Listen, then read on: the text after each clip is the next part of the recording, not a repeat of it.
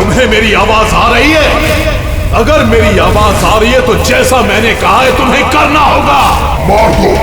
मार दो उसे, मेरा कहा मानो, और जो मैंने कहा है वो करो तुम। मार दो उसे। योर ऑनर, सारे गवाह और सबूत यही साबित कर रहे हैं कि खून प्रीतिका ने ही किए हैं। नहीं जज साहब, ये सब झूठ है। झूठ तो आप बोल रही हैं प्रीतिका जी, खून आप ही ने किए हैं।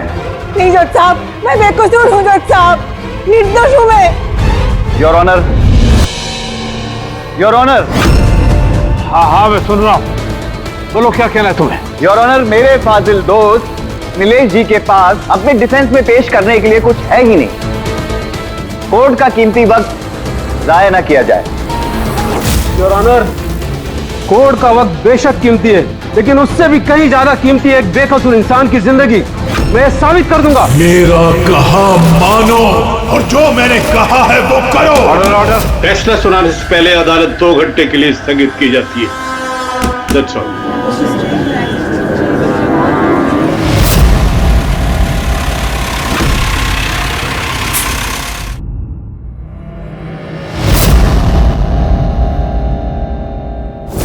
श्रीकांत, तुम्हें उसे मारना होगा। तुम कर सकते हो ये। उसे जिंदा रहने का कोई हक नहीं है, उसका मरना जरूरी है। मार दो श्रीकांत।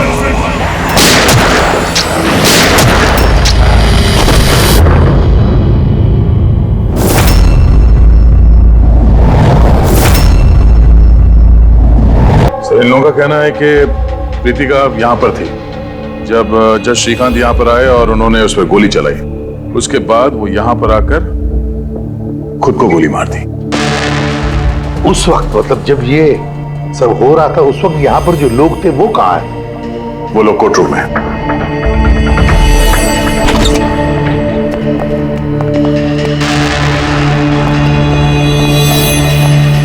जरा डिटेल में बताइए क्या हुआ यहाँ पर। सर, एक केस की सुनवाई चल रही थी। जज श्रीकांत जी की हालत कुछ ठीक नहीं लग रही थी। उन्होंने 2 घंटे का रिसेशन लिया और अचानक चेंबर में आए और उन्होंने अपने आप को और प्रीतिका को गोली मार दी। लेकिन वो गन तो रखते ही नहीं थे। उनके पास गन कहाँ से आई? ये तो हमें भी नहीं पता सर कि गन आई कहाँ से, लेकिन गन उनके पास थी जरूर सर। तो गन का इंतजाम पहले से कर रखा था। लगता है जज साहब ने पूरी प्लानिंग की थी कृतिका का खून करने की। लगता तो ऐसे ही है। वैसे जज साहब की इस केस में कोई पर्सनल इन्वॉल्वमेंट थी? नहीं सर, ऐसा तो कुछ भी नहीं था। कृतिका के साथ कोई व्यक्तिगत दुश्मनी? जज साहब तो बहुत ही सुलझे हुए इंसान थे सर। केस के हर एक पहलू पर बहुत ही बारीकी से गौर करते थे सर। मुझे पिछले कई दिनों से लग रहा था कि कुछ ना कुछ गलत जरूर है उनके साथ। मैम, क्या जज साहब की तबीयत ठीक नहीं थी? वो तो मुझे नहीं पता, लेकिन वहाँ उनको कुछ अजीब सी आवाजें सुनाई दे रही थी। वो सब हम एक बार। आ जाइए श्रीकांत, खाना लगा रही हूँ।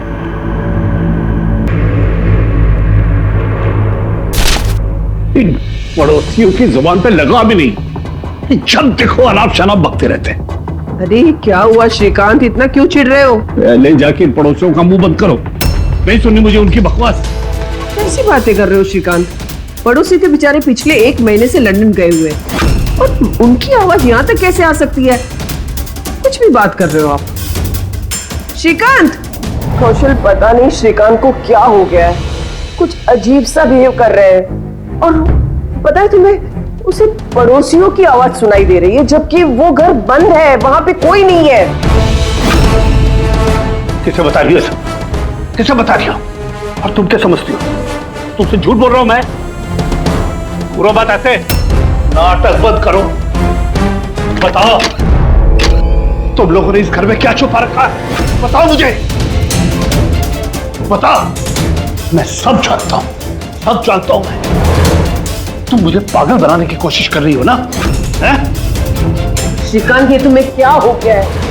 हाँ, अपनी हालत देखो क्या बना के रखी है। पर यहाँ पे कोई नहीं है। किसकी आवाज सुनाई दे रही है तुम्हें? सुनाई दे रही है, मुझे उनकी आवाजें सुनाई दे, यही है, यही है। लेकिन मैं किसी की नहीं सुनूंगा, किसी की नहीं सुनूंगा। कहीं उन्हें कोई दिमागी बीमारी तो नहीं थी? नहीं सर, 15 अप्रैल तक तो ठीक थे, लेकिन हम रेड कैंडी हॉस्पिटल गए थे ना, उसके बाद ही ये सब कुछ होने लगा था उनके साथ। Red candy hospital? जी सर, इस हॉस्पिटल में चल के पता करते हैं कैसा क्या हुआ था वहां पे कि ये जज साहब अचानक ऐसा बर्ताव करने लगे। सर, इस केस में आखिर बचा ही क्या है? जिस आदमी ने खून किया उसी ने अपने आप को मार लिया। वही तो पता लगाना है ना फ्रेडी, वही तो पता लगाना है कि एक जज ने अपने सामने वाले आरोपी को गोली क्यों मार दी, खून क्यों किया, और तो और उसके बाद में अपने आप पर भी गोली चलाई, क्यों?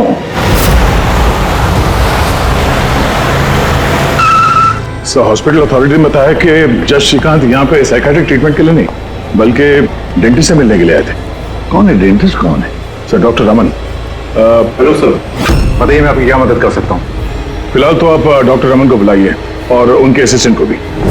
डॉक्टर रमन, 15 अप्रैल को जज श्रीकांत आपसे मिलने आए थे ना यहाँ? जी हाँ सर, लेकिन सर उनकी मौत से मेरा क्या लेना देना, मुझसे सवाल क्यों? देखिए, हम बस ये जानना चाहते हैं, जब वो आपसे मिले थे तो वो दिमागी तौर से बीमार लग रहे थे? नो सर, मुझे तो ऐसा कुछ नहीं लगा। सर, उनको दिमाग की कोई बीमारी नहीं है और 9 साल से डॉक्टर रमन के पेशेंट है वो। 9 साल से? मतलब आप लोग उसके बारे में बहुत कुछ जानते होंगे। बहुत कुछ नहीं सर, सब कुछ। कुछ और क्या जानते हैं जरा बता सकते हैं? सर, अभी बताने के लिए तो सिर्फ इतना ही है कि वो बहुत शॉर्ट टेम्पर्ड थे, बहुत जल्दी उन्हें गुस्सा आ जाता था, but he was not delusional. अगर उन्हें कोई दिमागी बीमारी नहीं थी तो फिर उन्हें वो आवाजें क्यों सुनाई दे रही थी? क्या हुआ क्या था उन्हें?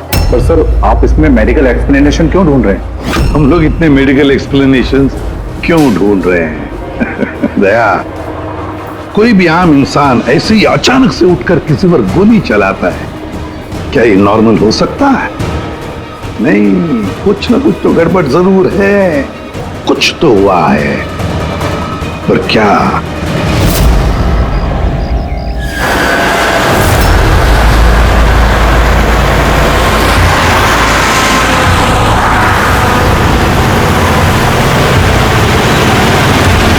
वीरेन, तुम बेकार की चिंता करते हो। धनंजय की सिक्योरिटी टीम हमारे साथ है, हम सुरक्षित पहुंच जाएंगे।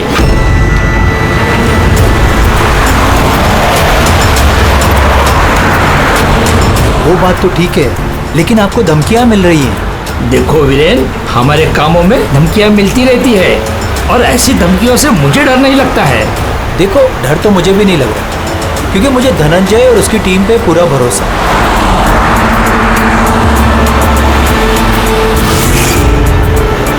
सर, हमने हॉल के 500 मीटर तक लोगों के जाने पर रोक लगा दी है और हर जगह सीसीटीवी से निगरानी की जा रही है। ये बहुत आसान है धनंजय, कायर मत बनो।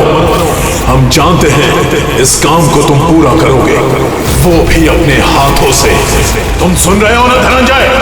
तुम बुज़दिल नहीं हो, नहीं हो तुम बुज़दिल। कायर मत बनो, इस काम को तुम पूरा करोगे। सर, क्या बता रहे थे तुम ब्लॉक बी के अरेंजमेंट के बारे में? सर, मैं ब्लॉक बी के बारे में बात नहीं कर रहा था। सर, आप ठीक है ना? आपकी तबीयत कुछ खराब लग रही है। मेरी तबीयत ठीक है, मैं ठीक हूँ।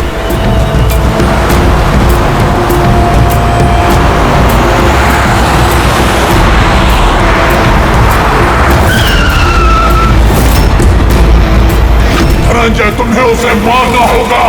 खत्म कर दो उसे। मार दो धनंजय, मार दो। गाड़ी रोको।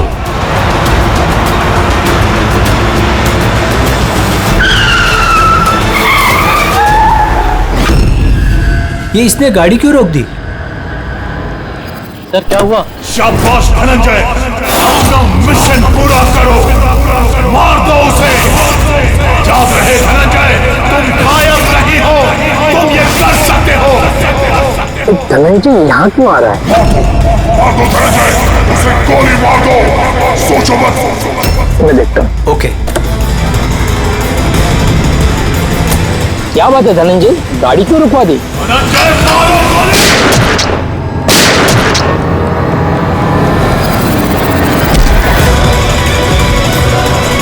ओह माय गॉड! संजय जी, आपको क्या हो गया? धनंजय, ये क्या कर दिया तुमने?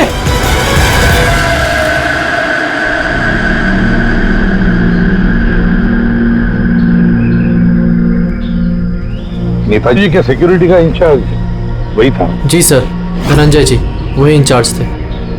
कमाल है सर, जिसे बॉडीगार्ड रखा है उसी ने मार दिया। नेताजी को मारने की कोई खास वजह? सर ये तो धनंजय जी ही बता पाएंगे। ऐसे ही बात बताओ, गोली अंदर मारी या बाहर से? सर बाहर से मारी, कार के। धनंजय, धनंजय, सदमे में लगता है। तुम लोग जा कहाँ रहे थे? सर नेताजी की चिल्ड्रन फाउंडेशन की मीटिंग थी, वहाँ जा रहे थे। हमारी गाड़ी आगे थी और नेताजी की कार पीछे, और मैं धनंजय जी से नेताजी की सिक्योरिटी के बारे में बात कर रहा था, पर ये मेरी बातों में ध्यान नहीं दे रहे थे और कुछ खोए खोए से लग रहे थे सर। इनके चेहरे में एक अजीब सी बेचैनी थी। मैंने उनसे पूछा कि क्या हुआ, तो कुछ बहकी बहकी सी बातें करने लगे। सर जज श्रीकांत के साथ भी तो ऐसा ही हुआ था। कहीं ये दोनों केस एक जैसे तो नहीं है? और कोई साथ में था नेताजी के? वीरेन जी सर। वीरेन जी? जी सर। आप नेताजी के साथ थे ना? हाँ सर, मैं ही था। नेताजी ने आपको कुछ बताया इस धनंजय के बारे में? सर नेताजी हमेशा धनंजय की तारीफ किया करते थे। उनकी जान को खतरा था। अभी कुछ दिन पहले ही धनंजय ने उनकी जान बचाई थी। बड़ी अजीब बात है सर, कुछ दिन पहले जिस आदमी ने नेताजी की जान बचाई, आज उसी ने उनका खून कर दिया। एक गोली मारने के बाद धनंजय ने भागने की कोशिश की? नहीं सर, खुद को गोली मारने की कोशिश की थी। सब बड़ी मुश्किल से सिक्योरिटी वालों ने उन्हें रोका था सर। कमाल है सर, जज श्रीकांत ने खून करने के बाद अपने आप को गोली मार दी, और इसने भी अपने आप को गोली मारने की कोशिश की। काम करते हैं, धनंजय को ब्यूरो ले चलते हैं, वहीं से उससे पूछताछ करेंगे। और फिर एक बात समझ में नहीं आ रही है दया, खून करने के बाद खूनी अपने आप को गोली मार लेता है, क्यों?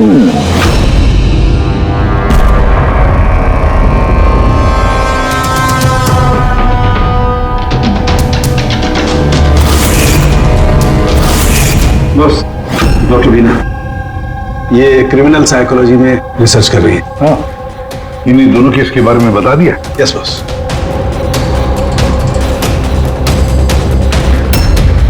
मेरा बेटा कहाँ है? मुझे उससे मिलना है। श्री नेताजी के सिक्योरिटी इंचार्ज धनंजय की माँ। उसे यहाँ क्यों लाए हो? देखिए, आपके बेटे ने नेताजी का खून किया है। जी नहीं, मेरा बेटा किसी की हत्या नहीं कर सकता। वो तो खुद बीमार है, उसकी दिमागी हालत ठीक नहीं है। क्या बीमारी है आपके बेटे को? पिछले कुछ दिनों से उसे कुछ आवाजें सुनाई देती है।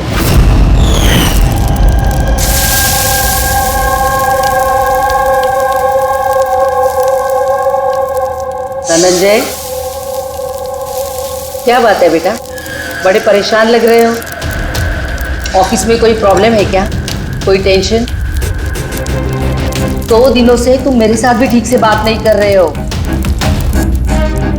कोई तो है यहाँ। सुनो ना, मैं तुम्हारी फेवरेट सब्जी बना रही हूँ, पालक की।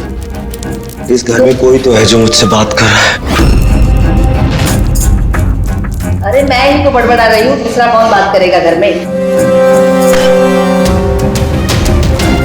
कोई तो है हमारे अलावा इस घर में जो मुझसे बात कर रहा है।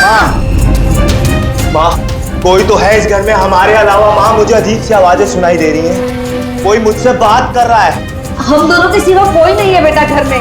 कोई है जो मुझसे बातें कर। बंद हो गई आवाज। फिर से आ रही है। कोई तो है माँ। कोई नहीं है, कोई नहीं है। अरे कोई तो है माँ यहाँ पर। कोई नहीं है बेटा, तुम यहाँ आ जाओ। लगता है तुम्हारी तबीयत ठीक नहीं है, हमें डॉक्टर के पास जाना चाहिए। लेकिन ऐसा तो स्किज़ोफ्रेनिया में होता है। स्किज़ोफ्रेनिया? हाँ, जैसे कि आप सभी लोग जानते हैं कि स्किज़ोफ्रेनिया एक मानसिक बीमारी होती है। ऐसे में पेशेंट को बहुत सारी आवाजें सुनाई देती हैं। लोग ना होने के बावजूद भी दिखाई देते हैं और पेशेंट अपने आप को मारने की कोशिश भी करता है। क्या आप मुझे बताएंगे कि इन दोनों पेशेंट की उम्र क्या थी? श्रीकांत जी की उम्र 50 साल और धनंजय 42 साल का। लेकिन इस उम्र में स्किज़ोफ्रेनिया नहीं होता। क्या मैं उनसे मिल सकती हूँ? मुझे पेशेंट से बात करनी है। हाँ बिल्कुल पूर्वी।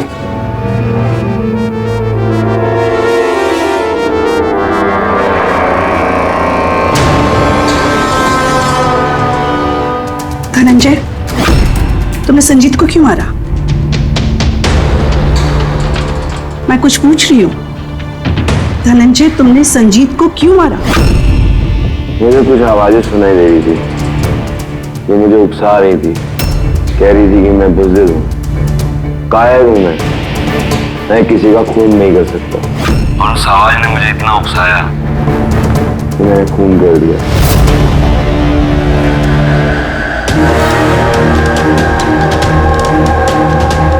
और ये तुम्हारा गाल?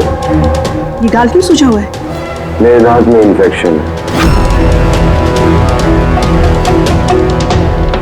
जज श्रीकांत, उनके दांत में भी इन्फेक्शन था सर। मेरे बेटे के भी दांत के इलाज के बाद ही उसकी तबीयत खराब रहने लगी। क्या? दांतों का इलाज करवाया उसके बाद में तबीयत खराब हो गई? किस डेंटिस्ट के पास इलाज करवा रहा था वो? Doctor Raman, red candy hospital. Red candy hospital गए थे ना, उसके बाद ये सब कुछ होने लगा था उनके साथ। है ना बड़ा अजीब कोइंसिडेंस। धनंजय और श्रीकांत दोनों का भी दांत का प्रॉब्लम, दोनों का डेंटिस्ट भी एक, और ट्रीटमेंट के बाद दोनों की तबीयत भी बिगड़ जाती है। ये कैसा कोइंसिडेंस? गड़बड़ है, बहुत बड़ी गड़बड़ है। इस धनंजय और जज श्रीकांत के दांतों का एक्सरे निकलवाओ, पता तो चले सारा चक्कर है क्या।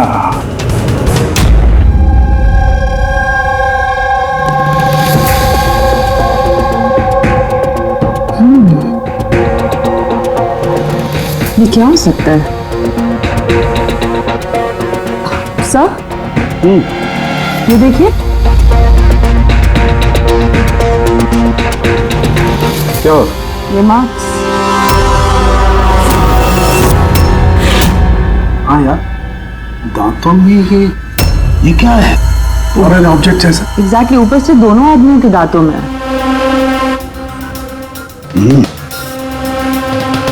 दोनों आदमियों के दांतों में कुछ फॉरेन बॉडी जैसा कुछ।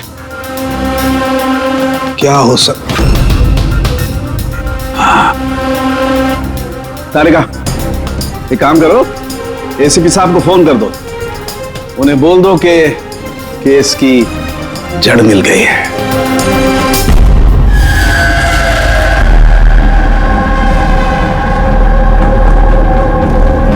ये देखो बॉस, दोनों के दांतों में इस तरीके की चिप।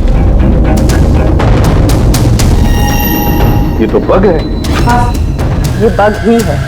सर, ये तो जासूसी में इस्तेमाल होने वाला ट्रांसमीटर जैसा कुछ है। बॉस, इसके जरिए ही श्रीकांत और धनंजय को वो आवाजें सुनाई देती थी। तो ये चिप ट्रिगर का काम कर रही थी, इसी के जरिए वो उकसाने वाली आवाजें उनके कानों तक पहुंच रही थी और वो लोग किसी की जान तक लेने को मजबूर हो गए। मुझे तो लगता है ये काम डॉक्टर रमन का ही है। उन्होंने ही दांतों की ट्रीटमेंट की थी। पूछताछ करनी पड़ेगी डॉक्टर रमन से, और एक एक्सपर्ट को भी बुलाओ। ट्रांसमीटर के बारे में पूरी जानकारी लेते हैं उससे। डॉक्टर रमन, दांत में ट्रांसमीटर लगाने का काम कब से शुरू कर दिया आपने? ट्रांसमीटर? हाँ, किस ट्रांसमीटर की बात कर रहे हैं आप सर? उसी ट्रांसमीटर की बात कर रहे हैं जो जज श्रीकांत और सिक्योरिटी ऑफिसर धनंजय के दांत में फिट किया गया था। देखिए, मेरा यकीन कीजिए, मैंने कोई ट्रांसमीटर नहीं लगाया है। ये क्या बकवास कर रहे हैं आप? डॉक्टर साहब, दांतों में ट्रांसमीटर क्यों लगवाएंगे? सर, आप हमारे हॉस्पिटल को बर्बाद करने पे तुले हैं। डॉक्टर रमन हमारे हॉस्पिटल के जिम्मेदार डॉक्टर हैं सर। ये इस तरह का काम हरगिज नहीं कर सकते। और इस तरह का काम यहाँ पे हुआ तो है। हमें श्रीकांत और धनंजय के दांत से ये ट्रांसमीटर मिला है, और इन्हीं ट्रांसमीटर्स की वजह से वो दोनों भी स्किज़ोफ्रेनिक बन गए। सर वो दोनों मेरे बहुत पुराने पेशेंट हैं। श्रीकांत 9 साल और धनंजय 2 साल। सर भला मैं अपने पेशेंट के साथ ऐसा क्यों करूं? ये तो आप बताइए ना, क्यों लगाया ट्रांसमीटर? मेरा यकीन कीजिए, मैंने कोई ट्रांसमीटर नहीं लगाया। क्योंकि डॉक्टर रमन के पास ट्रांसमीटर बनाने और उससे मोलार इम्प्लांट्स की ट्रेनिंग ही नहीं है। ये सिर्फ डॉक्टर हैं, दांतों के अच्छे डॉक्टर। और सर हम यहाँ पे दांत लगाते हैं, बनाते नहीं। दांत तो बाहर से ऑर्डर देने पे आता है। कहाँ से ऑर्डर करते हैं आप ये दांत? डेंजा बायोकेयर।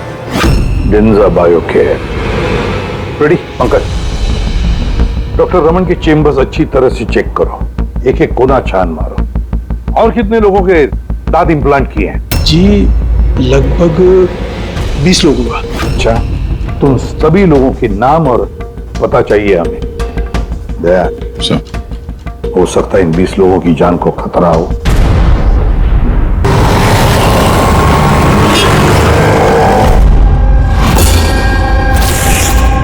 कुछ समझ में आ रहा है? हाँ सर, कुछ कुछ समझ में आ रहा है। यही कि ये ट्रांसमीटर जितना छोटा है उतना ही पावरफुल है। कितनी रेंज है इसकी? सर इसकी रेंज यही कोई 15 से 20 मीटर है। यानी अगर इस ट्रांसमीटर से किसी को कम्युनिकेट करना है तो उसे 15 से 20 मीटर के दायरे में रहना होगा। इसकी फ्रीक्वेंसी हम लोग ट्रैक कर सकते हैं? बिल्कुल ट्रैक कर सकते हैं, लेकिन उसके लिए हमें पहले ये जानना होगा कि ये ट्रांसमीटर कितने हर्ट्ज पे काम करता है। तो पता लगाओ कितने हर्ट्ज पे काम करता है ये, क्योंकि फ्रीक्वेंसी हमारे लिए बहुत जरूरी है। जहां पर ये फ्रीक्वेंसी एक्टिव होगी वहीं पर हमारा खोज ही होगा। ठीक है सर, आप थोड़ा सा वक्त दे दीजिए, मैं जल्दी पता लगाने की कोशिश करता हूँ। ठीक है। ये कहानी आके रुक जाती डॉक्टर रमन के नाम पर। सारा का सारा शब्द डॉक्टर रमन पे ही है। लेकिन सर वो अपने पुराने पेशेंट का खून क्यों करेगा? हाँ सर, हॉस्पिटल एडमिनिस्ट्रेटर बता रहा था कि ऐसा ट्रांसमीटर बनाने की काबिलियत डॉक्टर रमन में नहीं है। तो शक के घेरे में तो ये कविता और वीरेंद्र भी है। हो सकता है इनमें से किसी ने मारा। हो सकता है, बिल्कुल हो सकता है, लेकिन ये जो भी है वो 15 और 20 मीटर के दायरे में ही काम कर रहा है। उन 20 लोगों के बारे में क्या पता चला? नहीं सर, उनका आपस में कोई कनेक्शन नहीं है। यहाँ तक कि श्रीकांत और धनंजय ये भी एक दूसरे को नहीं जानते थे। फिर भी अभी उन 20 लोगों से जाकर मिलो, उनसे पूछो क्या उनके साथ भी वैसे हो रहा था जैसे धनंजय और श्रीकांत के साथ हो रहा था क्या? और एक बात, लॉर्ड चेंबर और चेंबूर, पता लगा वहां पर कितने सेलफोन एक्टिव थे उस खून के दौरान। और देख, उस दांत बनाने वाली कंपनी में जाकर पूछताछ करो, देखो कौन हो सकता है जो दांत में ट्रांसमीटर फिट कर सकता है।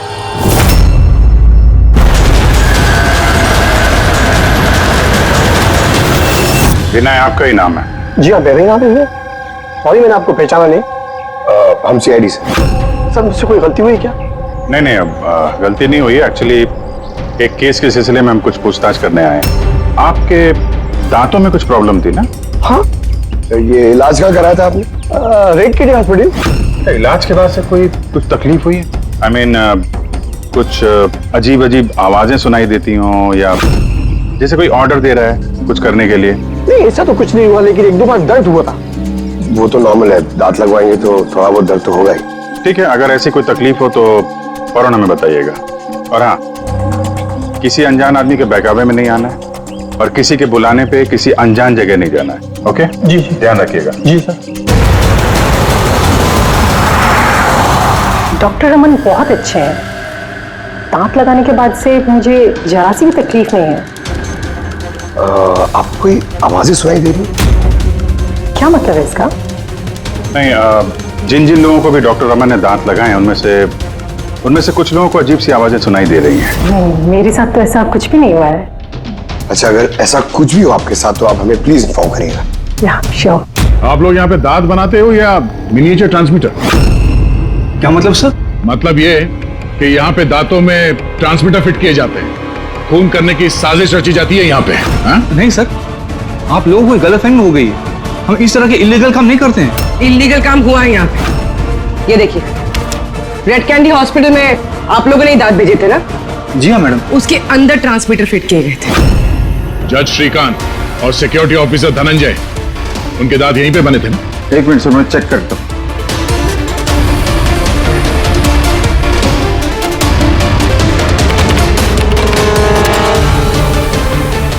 हाँ सर, दांत तो यही बने हैं, लेकिन अगर वो हमारी एम्प्लॉय रूपाली होती जिसने ये दांत बनाए हैं तो सच्चाई पता चल जाती।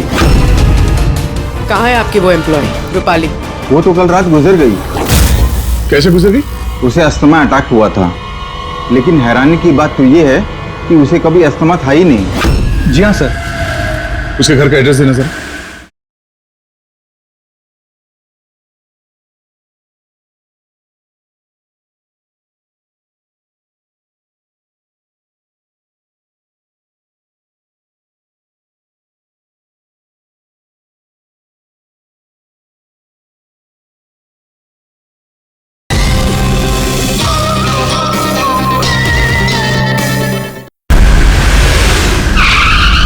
दांत कब लगवाया आपने? सर 2 महीने हो गए। कोई प्रॉब्लम हुई आपको? नहीं, कोई प्रॉब्लम नहीं सर, जब से दांत लगाया सब ठीक है सर। कुछ आवाजें सुनाई दे रही हो अजीब अजीब सी? नहीं सर, हुआ क्या सर? देखिए, रेड कैंडी हॉस्पिटल में जितने लोगों ने भी ट्रीटमेंट कराया उन्हें कुछ प्रॉब्लम्स हो रही हैं और उनमें से 2 जन की तो मौत भी हो चुकी है। सर मैं मरना नहीं चाहता सर।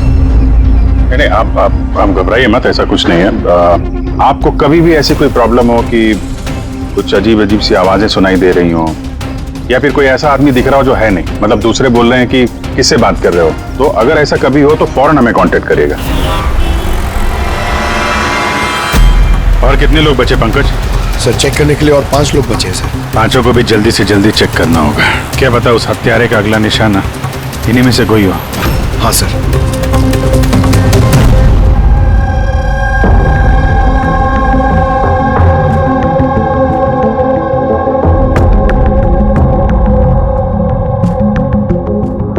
हाँ भाई, पता चला कि नहीं कुछ?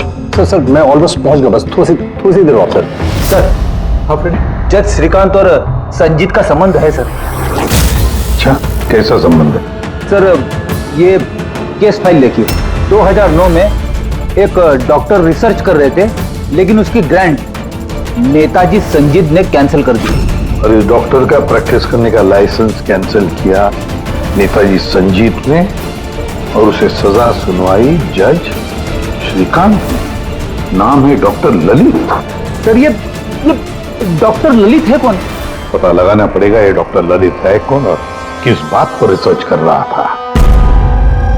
तो आपकी बेटी ने टूथ इम्प्लांट करवाया था? हाँ, अभी 2 दिन पहले ही कराया था इम्प्लांट रेड कैंडी हॉस्पिटल से। सर जिस दिन से टूथ इम्प्लांट करवाया है अजीब अजीब बातें करती है और बहुत डरी हुई भी है। मॉम क्या हुआ, कुछ चाहिए? कोई आया क्या घर में? कोई भी तो नहीं। नहीं मॉम, कोई तो है घर में। मैं हूँ, तुम हो और पापा तो हांगकांग में है, और कोई आएगा तो बेल बजाएगा ना। बेल भी तो नहीं बजी है। पता नहीं मॉम क्या हो रहा है, जब से सोकर उठी हूँ ऐसा लग रहा है कि घर में कोई है और मेरे बारे में अजीब अजीब सी बातें कर रहे हैं मुझसे। समझ में नहीं आ रहा है। मेरी तबीयत तो ठीक है। कोई सपना देखा क्या? नहीं मॉम, कोई सपना नहीं देखा। लगता है मेरे कान बज रहे हैं। मॉम प्लीज एक काम करो, मुझे 1 कप चाय दे दो मेरे रूम में, मेरा सर घूम रहा है। तो अभी जिया कहाँ है? उसे मैंने साइकियाट्रिस्ट के पास भेजा है, बैंड्रा। देखिए आप उस साइकियाट्रिस्ट का एड्रेस दीजिए, हमारा अभी उससे मिलना बहुत जरूरी है। नंबर ले लो। जिया, आज तुम्हें वो काम खत्म करना है। तुम्हें उसे किसी भी हालत में मारना है। जिंदा मत छोड़ना उसे, मार दो उसे। आज उसका अंत होना ही चाहिए।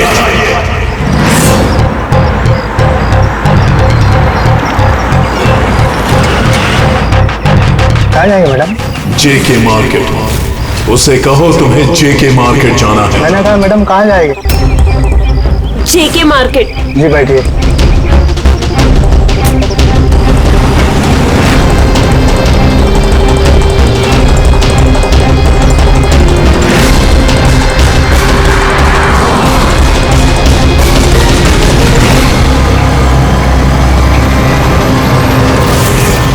तुम डरपोक हो तुम, कुछ नहीं कर सकती तुम, 1 नंबर की डरपोक हो। चुप, मैं डरपोक नहीं हूँ और मैं किसी को नहीं मार सकती। मैडम आपने मुझसे कुछ कहा? हाँ अब नहीं नहीं, मैंने कुछ नहीं कहा। नहीं, कुछ नहीं कहा मैंने। मैं कहाँ बात कर रही हूँ?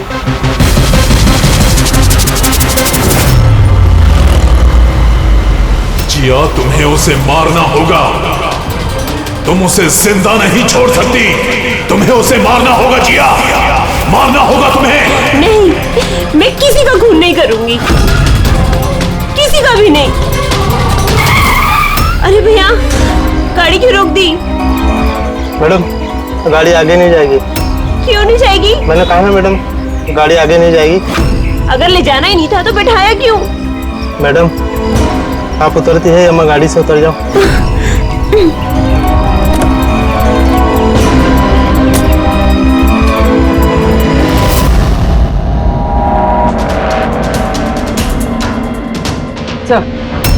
सर, वॉचमैन और पड़ोसी बता रहे थे कि रूपाली यहाँ 3 महीने पहले शिफ्ट हुई थी और अकेली रहती। फिर चेक करते हैं अच्छी तरह से।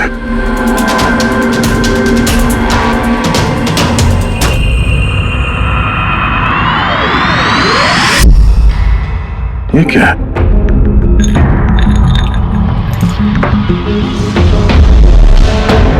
इतने सारे एयर ट्रांसमिटर्स।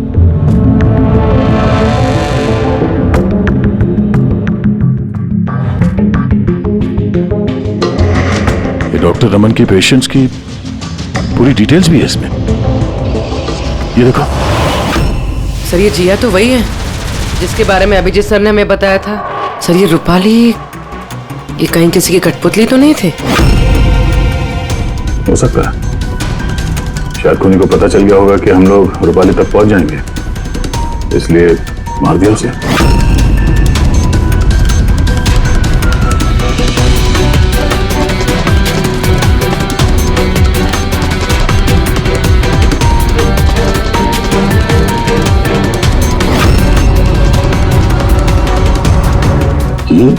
ये नेताजी, संजीत, वीरेन और जिया, इन तीनों के चेहरे पे रेड सर्कल। नेताजी के चेहरे पे क्रॉस मारा हुआ। नेताजी तो मारे गए, अब बचे ये वीरेन और ये जिया। मतलब अगला नंबर इनका है।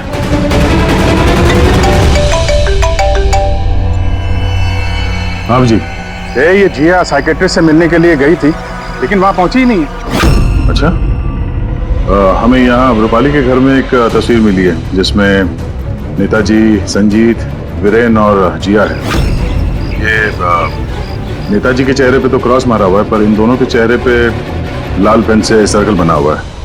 कहीं ऐसा तो नहीं कि ये जिया वीरेन को मारने के लिए गई है? एक काम करो, तुम वीरेन को अलर्ट करो, पता करो वो कहाँ है। तब तक मैं जिया की लोकेशन ट्रैक करता हूँ और हम लोग मिलते हैं। ओके? या सर, वीरेन को फोन लगाना।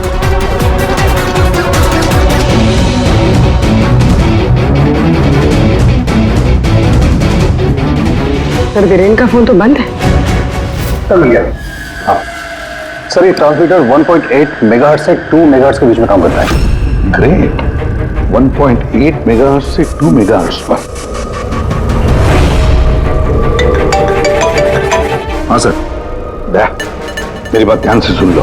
हाँ, पहले तो फ्रेडी ने कमाल कर दिया है। हाँ, रिसर्च करके ऐसा नाम निकाला है जिसका कनेक्शन इस नेताजी संजीत और जज श्रीकांत के साथ है। उस आदमी का नाम है डॉक्टर ललित। हाँ, डॉक्टर ललित। यस, मुझे तो ये डॉक्टर ललित बहुत गड़बड़ लग रहा है दया। मुझे तो उसी पे शक होने लगा है, क्योंकि डॉक्टर ललित का कुछ साल पहले इस नेताजी संजीत ने प्रैक्टिस करने का लाइसेंस कैंसिल कर दिया था और फिर इस डॉक्टर ललित को जज श्रीकांत ने सजा सुनवाई। और हुआ क्या? पहले खून हुआ जज श्रीकांत का और फिर उसके बाद में नेताजी संजीत मारा गया। ये खून कौन कर सकता है? ये डॉक्टर ललित ही कर सकता है। उसी का कनेक्शन है इन दोनों के साथ। बस अब डॉक्टर ललित जिस फ्रीक्वेंसी पर ऑपरेट करता है वो फ्रीक्वेंसी भी पता चल गई। हाँ, टेक्नो एक्सपर्ट ने ये बता दिया है, 1.8 मेगाहर्ट्ज से लेके 2 मेगाहर्ट्ज तक। बस अब इस फ्रीक्वेंसी पर हम टैप करेंगे डॉक्टर ललित को, पता चलेगा ये डॉक्टर ललित किस किस से बात करता है और क्या बातें करता है। और दया, ये रेडियो फ्रीक्वेंसी 1.8 मेगाहर्ट्ज से 2 मेगाहर्ट्ज हमारे सारे पुलिस स्टेशन और रेडियो वैन्स को बता दो। अब देखते हैं कब तक भागता है ये डॉक्टर ललित।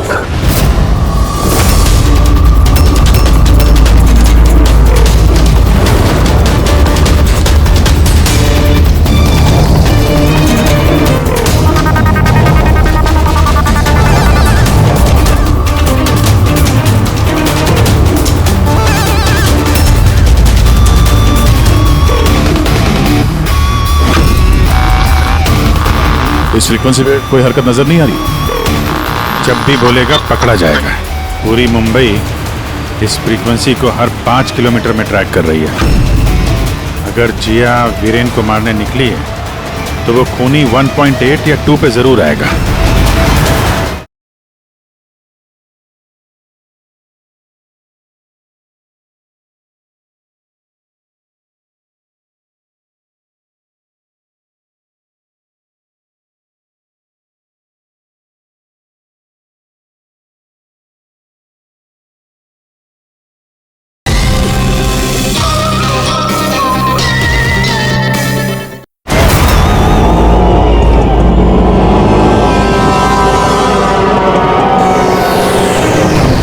जिया, अपने काम को अंजाम दो।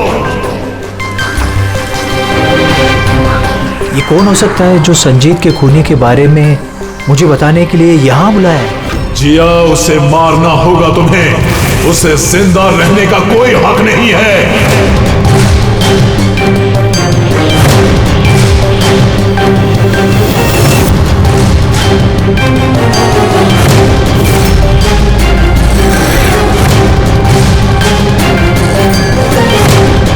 ज्यादा सोचो मत, मार दो जिया, उसे मार दो। उसे जिंदा रहने का कोई हक नहीं है। उसकी तरफ देखो, पहचानो उसे, वो तुम्हारे सामने है। Kill him। उसे जिंदा रहने का कोई हक नहीं। उसी की आवाज है। फ्रीक्वेंसी लोकेट करो।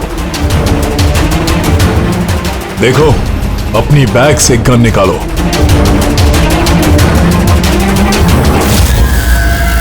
जिया, तुम कायर नहीं हो। Shoot him, shoot him. Location क्या बता रहा है? सर, जेडी मार्केट मरोल दिखा रहा है।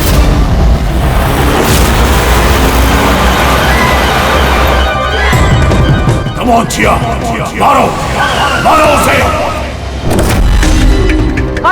सर, ये क्या हो रहा है? ये मुझे क्यों मारना चाहती थी? किसी ने मुझे फोन करके बुलाया कि संजीत की खूनी के बारे में बताने वाली थी। घबराइए नहीं, ये सब एक प्लान था। आप अभी सेफ है, आप जा सकते हैं। Okay sir, thank you. तो खूनी यहीं कहीं होगा। भीड़ में मिक्सअप हो गया है। सिग्नल यहीं है, देखते हैं।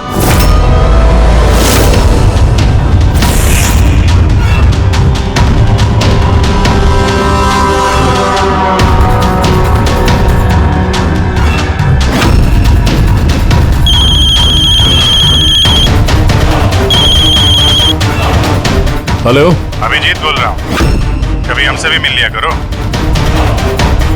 अरे इधर उधर क्या देख रहा है? तेरे पीछे हूँ। डॉक्टर ललित,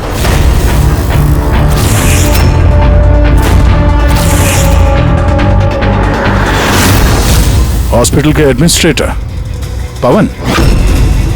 मुजरिम चाहे कितने भी नाम बदल ले, चाहे कितने भी भेस बदल ले, एक ना एक दिन शिकंजे में फंस ही जाता है। क्यों? चलो।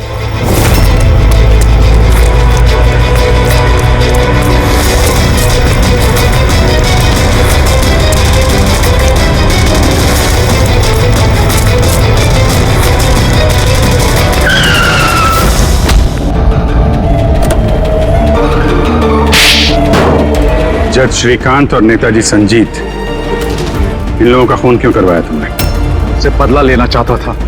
बदला? लोगों ने मेरी जिंदगी बर्बाद कर दी थी। कैसा बदला? मैं एक होनहार डॉक्टर हूं। मैं स्किज़ोफ्रेनिया नाम की बीमारी पर उसके ट्रीटमेंट के लिए एक्सपेरिमेंट कर रहा था, वो भी वर्थलेस लोगों पर। मेरी असिस्टेंट जिया ने एचओडी वीरेन को कंप्लेन कर दी और एचओडी वीरेन ने नेताजी संजीत से मेरी ऑफिशियल कंप्लेंट कर दी।